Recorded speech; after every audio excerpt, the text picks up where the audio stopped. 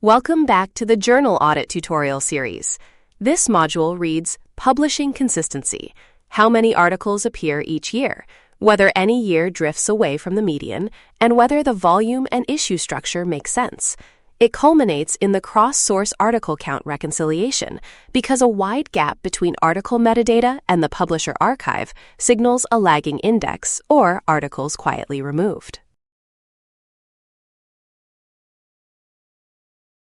We start on the Journal Audit page and reopen the Educia audit from the Saved Audits list. Click the Education entry. The full report loads again from the stored computation. Publishing consistency is the most basic accreditation requirement. A steady cadence signals living governance. Open the Publishing section from the Audit Results sidebar. This bar chart maps the article count per year. A healthy rhythm reads as bars of broadly even height. Frequency is counted per volume, not per calendar year. That difference matters because a volume's last issue often appears after the turn of the year. A row of compact figures gauges the pattern, starting from the median articles per year as the baseline. A year whose count is a multiple of the median joins the needs checking list, complete with its ratio. Such a spike is benign when a special issue explains it, but it can also mark suddenly loosened acceptance. Years without data and issue sizes outside the pattern are listed separately. Both deserve an archive check. The share of missing volume and issue fields closes the row. Without them, articles cannot be tied to an issue. The structure breakdown shows each volume together with its issue numbers and publication years. Each issue year is labeled by origin, confirmed by the publisher archive, or only from article metadata. A volume that reappears after a multi-year gap is flagged because that usually means a wrong metadata year.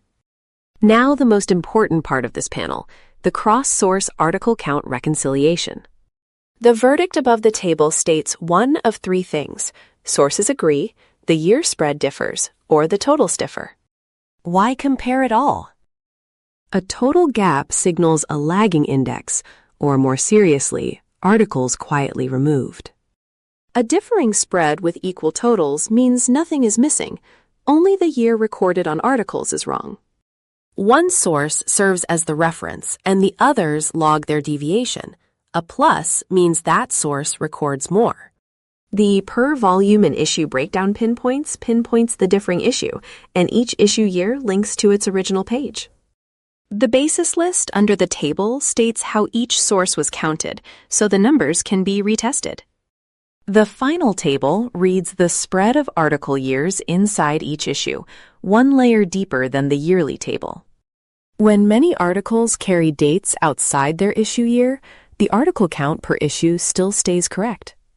What needs correcting is merely those articles' publication dates in OJS or in the Crossref deposit. A gap in this panel is not a verdict, it is a work order to open the original archive and fix the wrong record. The panel closes with a reading of the peer review policy pages found on the journal's site.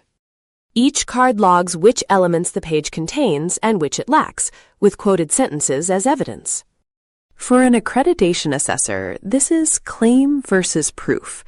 The review policy must be written, readable, and quotable. If the page cannot be read, the correct address can be set in the Sources section and this panel read again.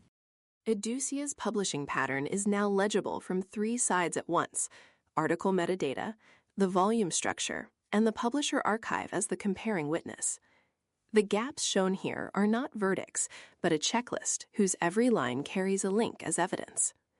The next module reads Visibility, whether this journal can truly be found by readers and indexing engines. See you there.